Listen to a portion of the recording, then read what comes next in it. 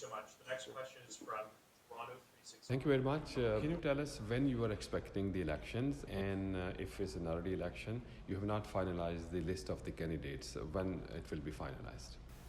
Well, I would like to see it happen by November, but the challenge is I don't set the parliamentary calendar. So the Prime Minister puts forward the calendar on which we are able to introduce a non-confidence motion. So we're calling on him to give us a motion as soon as possible so that I can trigger a carbon tax election.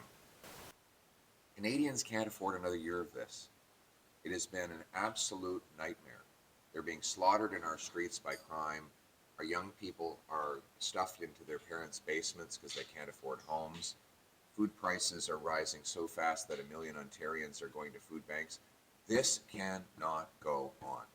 We need a carbon tax election now to elect a new common sense conservative government that will bring home the country that we knew and still love. Thank you. And what about the list of the candidates? We're working on it now. We have a lot of our candidates are nominated, including here in Brampton. We have Bob Desange, for example, has been nominated, and there will be other great common sense conservative candidates that come from small business, from the shop floor of our factories, from other walks of life that will stand up on behalf of the people and bring home common sense. Thank you.